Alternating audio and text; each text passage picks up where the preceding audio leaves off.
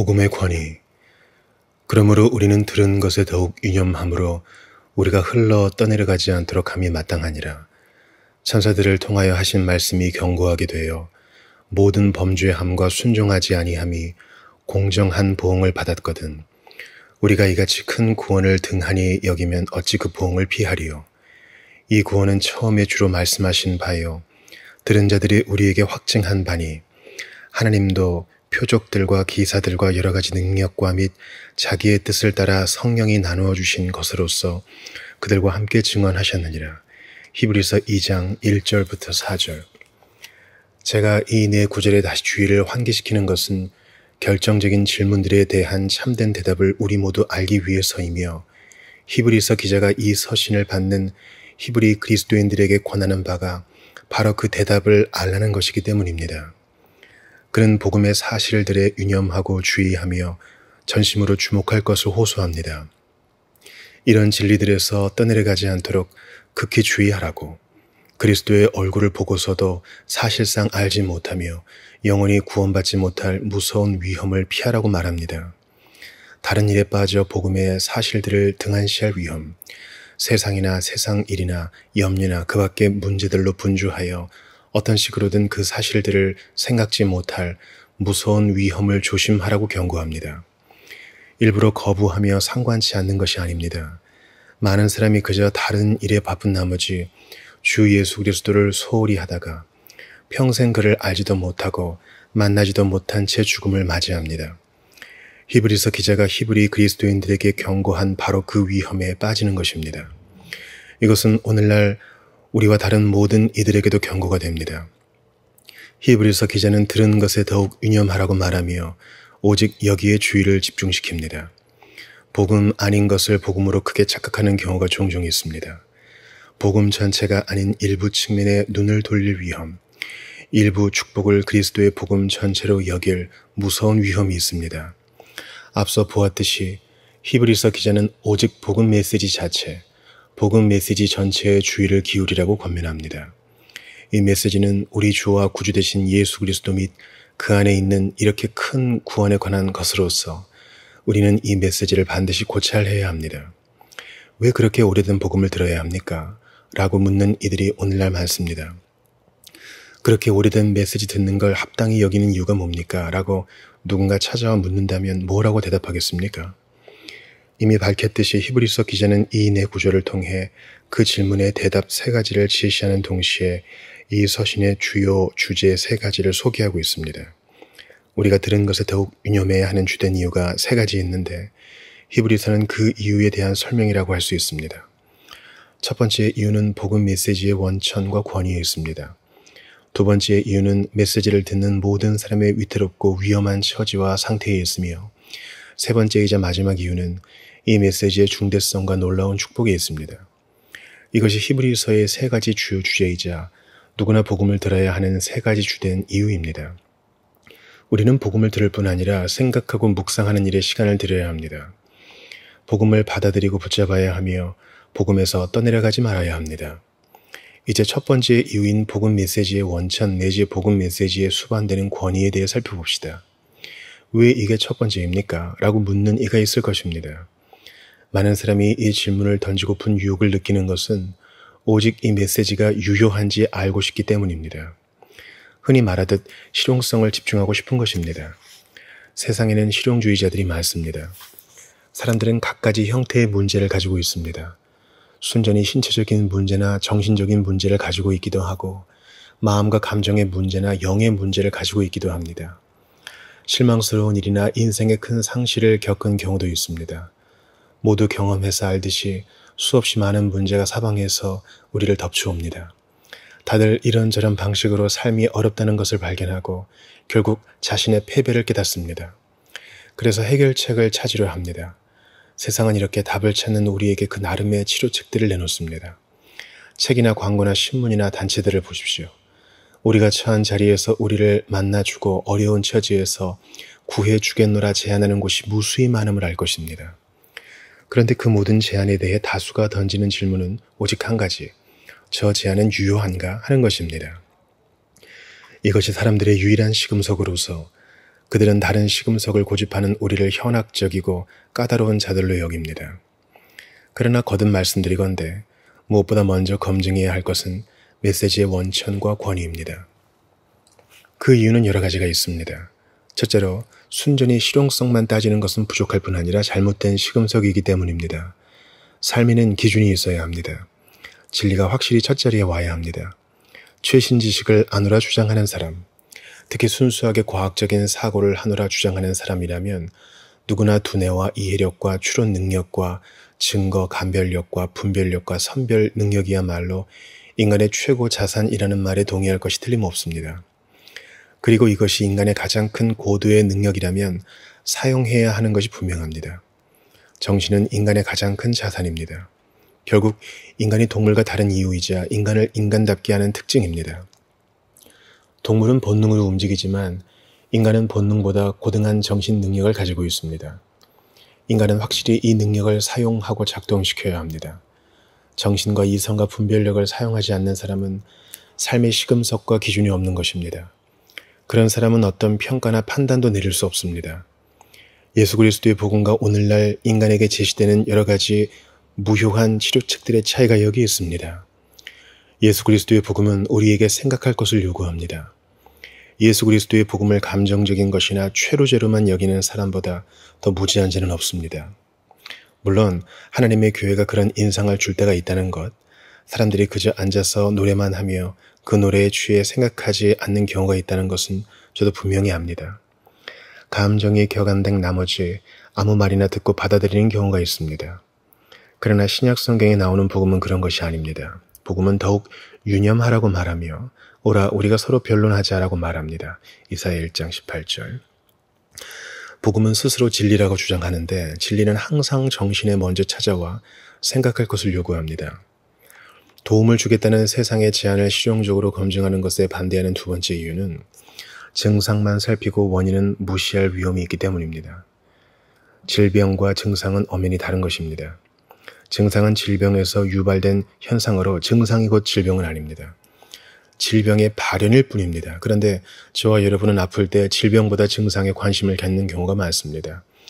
숨이 가쁘거나 열이 오르는 등의 증상을 금세 감지합니다.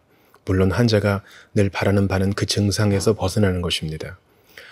증상을 진정시키는 것은 지극히 옳고 좋은 일이지만 한 가지 조건이 따릅니다. 그 증상을 일으킨 질병을 알아내야 하는 것입니다. 심한 복통만 진정시켜 주길 바라는 환자가 있다고 생각해 보십시오. 통증 자체는 의사가 주사만 놓으면 사라질 것입니다.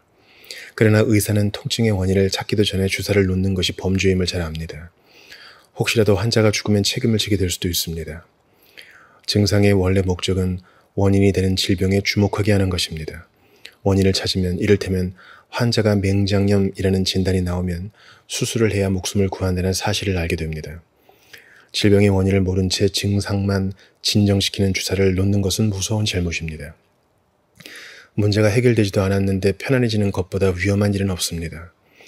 명백한 신뢰를 또 한 가지 들어보겠습니다. 걱정을 떨치고자 술에 의존하는 사람들이 많은 이유가 무엇입니까? 걱정에 짓눌린 나머지 그렇게라도 긴장을 풀고 싶기 때문이며 술을 마시면 잠시나마 걱정을 잊고 행복해질 수 있기 때문입니다. 그러나 문제는 여전히 남아 있습니다. 술에 취해 잠시 잊는다고 해서 문제나 질병 자체가 사라지는 것은 아닙니다. 이것은 심히 위험한 일입니다. 그뿐만이 아닙니다. 우리가 알아차리든 알아차리지 못하든 이 세상과 삶 속에서 우리를 애워싸고 있는 보이지 않는 영들이 존재합니다. 성경이 성령을 거룩한 영이라고 부르는 것은 이 영들과 구별하기 위해서입니다. 인간 죄인들만 문제를 일으키는 것이 아닙니다. 이 세상에 신이 존재합니다. 고린도후서 4장 4절. 세상에서 위력을 떨치는 악한 영들이 존재합니다. 이렇게 말하는 가장 큰 근거는 하나님의 아들께 있습니다. 그는 마태복음 24장 24절에서 악한 세력이 택하신 자들조차 미혹될 만큼 교묘한 역사와 이적과 기사를 행할 날이 올 것이라고 하셨습니다. 악한 세력도 선한 행실을 위조해낼 수 있습니다. 병을 고치시고 우리를 인도하시며 이적을 행하시는 성령의 일을 똑같이 행할 수 있습니다. 그래서 신약 성경이 영들이 하나님께 속하였나 분별하라 라고 권하며 범사에 헤아려 좋은 것을 취하라고 권하는 것입니다. 단순히 이러이러한 일이 일어났으니 좋은 것임이 틀림없다 라고 속단하면 안 됩니다. 성경이 일하시듯 악한 영들도 일하기 때문에 시험하고 검증해서 좋은 것만 취해야 합니다. 제가 실용주의적 관점을 거부하는 마지막 이유를 말씀드리겠습니다. 지난 분석에서 우리는 자신의 감정이나 행복에만 관심을 가질 것이 아니라 하나님과 자신의 관계, 하나님 앞에서 자신의 상태에 관심을 가져야 한다고 했습니다. 내가 정말 관심을 기울여야 할 것은 일시적 안도감이나 특정 문제의 해결이 아닙니다. 그 모든 것에 앞서 내가 어떤 상태로 하나님을 대면하게 될지, 특히 죽은 후 어떤 상태로 하나님의 심판대 앞에 서게 될지 살펴보아야 합니다. 세상과 이 생에 많은 것이 일시적 안도감을 줄 수 있습니다. 실제로 많은 단체가 도움을 주기도 합니다. 심리학도 도움을 주고 많은 사교들도 도움을 줍니다. 기분이 나아지게 해줍니다. 그러나 이런 안도감을 얻었다고 해서 이제는 괜찮다고 생각하며 난 아무 문제 없다라고 한다면, 하나님에 대해 생각하지 않고 그를 만날 준비를 하지 않은 채 살아간다면 일시적 안도감을 주는 그것이 곧 지옥의 사자가 되는 것입니다. 하나님을 만날 준비를 하지 못하도록 가로막는 장애물이 되는 것입니다. 이런 것들이 무서운 이유가 여기 있습니다. 사람들은 일시적 안도감에 만족한 나머지 영원한 사안들을 무시한 채 오직 이런 것들에서 위로와 위안을 찾습니다. 사랑하는 여러분, 물론 이런 것들을 통해서도 치료받고 행복해질 수 있으며 걱정을 떨칠 수 있습니다. 몸이 건강해졌다고 느낄 수 있으며 인생의 놀라운 인도를 받았다고 여길 수 있습니다. 그러나 죽음과 영원한 운명은 어찌할 생각입니까? 여러분과 하나님 사이를 가로막는 이런 것들은 결코 좋은 것이 아닙니다. 일시적 만족을 주는 그것이 오히려 가장 큰 원수가 될 수 있습니다. 복음이 자신의 말을 들으라고 요구하는 것은 무엇보다 먼저 그 원천과 권위 때문이며 그것이 주어진 방식 때문입니다.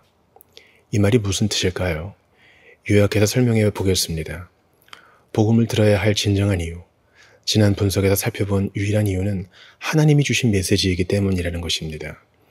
히브리서 기자는 이렇게 지적합니다. 옛적의 선지자들을 통하여 여러 다양한 부분과 여러 모양으로 우리 조상들에게 말씀하신 하나님이 이 모든 날 마지막에는 아들을 통하여 우리에게 말씀하셨으니 히브리서 1장 1, 2절. 이 하나님이 지금도 우리에게 말씀하고 계십니다. 히브리서 기자는 2장 4절에서 하나님이 친히 이 메시지를 증언하셨다고 말합니다. 성경이 시종일관 주장하는 바가 이것입니다. 우리는 세상 모든 사람이 치유되고 안도감을 얻으며 행복해질 방법을 알려주는 인간의 사상 및 이론을 고찰하고자 교회에 모이는 것이 아닙니다. 심리학이나 그 비슷한 분야를 공부하는 것은 전혀 잘못이 아니지만 이 메시지는 완전히 다른 차원에서 출발합니다. 성경은 스스로 인간의 책이라고 말하지 않습니다. 신성한 책이라고 주장합니다. 자신을 통해 하나님이 말씀하시며 메시지를 주신다고 시종일관 주장합니다. 성경은 인간이 하나님을 찾아가는 책이 아니라 하나님이 자신을 계시하시는 책입니다. 인간이 자기 문제를 풀어나가는 책이 아니라 하나님이 해결책을 알려주시는 책입니다. 복음 메시지는 이처럼 유일무이한 것으로서 우리가 복음을 들어야 하는 최고의 이유가 바로 이것입니다. 우리는 사람들의 말을 듣고 있고 그들의 실패를 보고 있으며 세상의 심한 곤경의 처한 모습을 목도하고 있습니다. 이제야말로 하나님의 말씀을 들어야 할 때 아닙니까? 이스라엘 자손의 역사를 보십시오. 그들도 다른 백성들의 말을 듣다가 어려움을 겪었습니다. 그러나 하나님께 돌아오면 그때마다 다시 말씀해 주시고 구원해 주셨습니다. 이런 일이 얼마나 자주 일어났는지 모릅니다. 제가 전하는 메시지가 하나님의 메시지라는 확신이 없다면 이처럼 강단에서 설교하지 못할 것입니다. 제가 아는 내용은 전부 하나님의 책에 있는 것입니다. 저도 예전에 인생에 대한 여러 이론과 사상을 가지고 실천해 보려 했지만 실패했습니다. 그와 달리 성경은 하나님의 메시지입니다. 이것이 이 메시지를 들어야 하는 첫 번째 중대한 이유입니다. 두 번째 이유는 복음이 하나님의 메시지일 뿐 아니라 특별한 방식으로 주신 메시지이기 때문이라는 것입니다. 예수 그리스도의 복음은 하나님이 자기 아들을 통해 주신 메시지입니다. 우리 그리스도인들이 이렇게 모여서 고찰하는 것은 한낱 이론과 사상이 아닙니다. 사실과 역사입니다. 인간이 여러분의 문제와 어려움들을 해결할 방법으로 제시하는 것들은 다 이론이요 사상이지만 복음은 다릅니다. 어떻게 다릅니까? 역사적 사실에 근거하고 있다는 점에서 다릅니다. 예수 그리스도의 복음은 한낱 이론과 사상이 아닙니다. 세상에 실제로 일어난 사건들과 그 의미에 대한 기록입니다.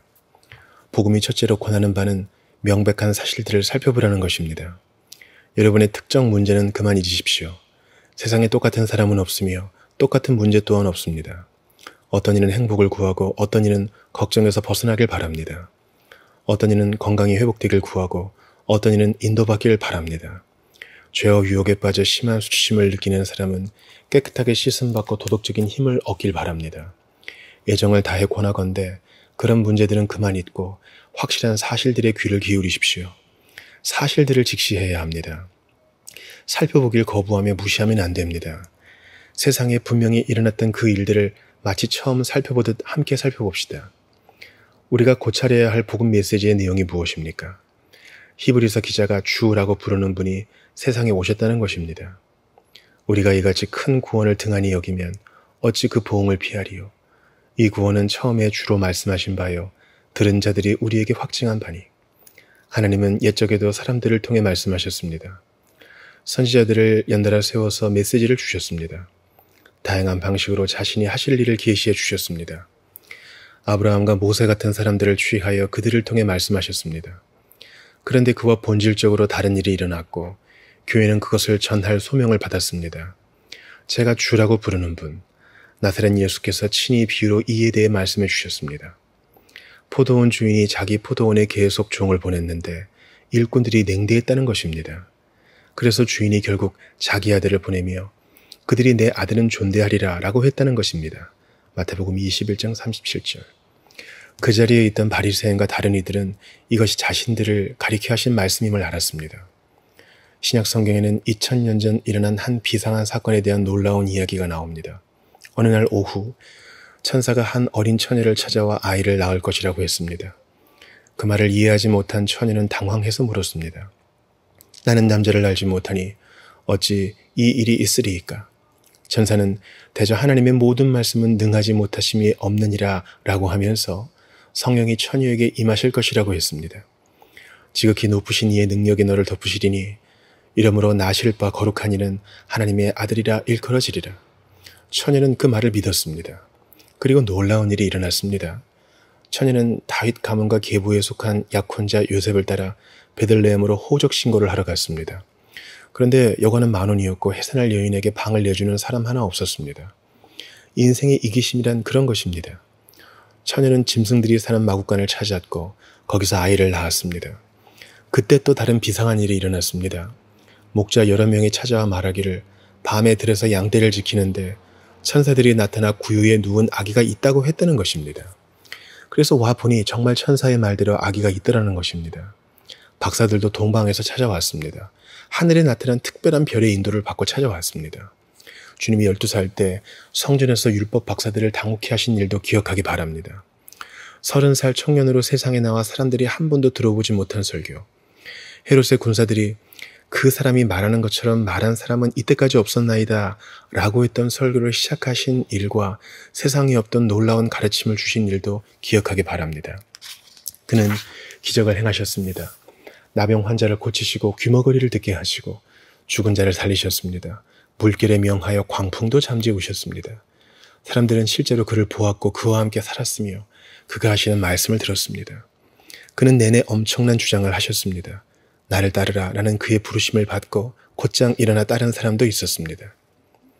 사복음서를 직접 읽어보십시오. 결국 그는 체포당하여 누가 보아도 연약한 무방비 상태로 무참히 나무에 못 박히셨습니다.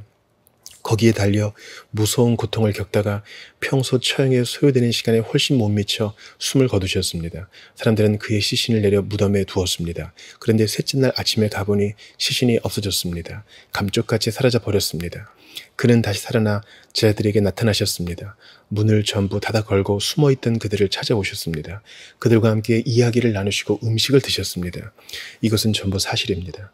예수 그리스도의 복음은 1차적으로 이런 사실들에 귀 기울일 것을 요청합니다. 이분이 바로 하나님의 외아들이라고 말합니다. 하나님이 독생자를 세상에 보내셨다고 말합니다. 그렇기 때문에 여러분의 통증이나 아픔이나 불행함이나 비참함이나 삶의 인도에 골몰할 것이 아니라 이분을 대면해야 하는 것입니다. 하나님의 아들이 이처럼 세상에 오신 것은 우리와 긴밀히 상관된 일로서 성경은 이 일의 정확한 의미를 알 때까지 쉬거나 마음을 놓지 말라고 권면합니다. 그가 오신 이유가 무엇입니까? 이 일이 나와 무슨 상관이 있습니까? 이 일에 담긴 의미가 무엇입니까? 제가 지금 이야기하는 것은 전부 사실입니다. 히브리서 기자는 이 일을 자세히 설명해 줍니다. 인류에게 계속 말씀해 오신 하나님이 영원 전부터 하나님 품속에 계셨던 독생자, 그 본체의 형상을 보내주셨다고 합니다. 세상에 보내신 이 아들을 통해 우리에게 말씀해 주셨다고 합니다. 그래서 우리가 복음을 들어야 하는 것입니다. 아들은 선지자들보다 뛰어나신 분이요 천사들보다 뛰어나신 분입니다. 전에는 천사들을 통해 인간에게 말씀하시고 세상에 메시지를 주셨던 하나님이 가장 높은 천사보다 뛰어나신 독생자를 통해 말씀하셨습니다. 이 일의 중요성을 모르겠습니까? 전능하신 하나님이 이처럼 자신의 독생자를 세상에 보내서 말씀하셨다면 마땅히 귀를 기울여 들어야 합니다. 복음 메시지는 이런 원천에서 나왔고 이런 권위를 가진 것이기에 주목해야 합니다. 외아들을 통해 주신 말씀에도 유념치 않는 자는 제정신이 아닌 것이 분명합니다. 복음 메시지는 이런 것입니다. 유대인들은 이 메시지를 들었어야 했습니다. 그들에게 이 메시지가 전파되었습니다. 나타난 예수께서 바로 하나님의 아들이시라는 메시지가 전파되었습니다. 예수께서 그리스도시라는 사실은 그의 출생과 그가 행한 기적과 그의 가르침과 그 자신의 주장으로 입증되었을 뿐 아니라 특히 죽은 자 가운데서 부활하심으로 입증되었습니다. 죽은 자 가운데서 부활하사 능력으로 하나님의 아들로 선포되셨으니 로마서 1장 4절. 이 사실을 직시해야 합니다. 이 모든 사실이 진실임을 어떻게 알지요? 어떻게 확신할 수 있습니까? 라고 묻는 이가 있으리라 생각합니다. 히브리서 기자의 대답은 이것입니다. 이것은 처음에 주로 말씀하신 바요. 들은 자들이 우리에게 확증한 바니 하나님도 표적들과 기사들과 여러 가지 다양한 능력과 및 자기의 뜻을 따라 성령이 나누어 주신 것으로서 그들과 함께 증언하셨느니라. 사도들이 우리에게 이 사실들을 알려주었습니다.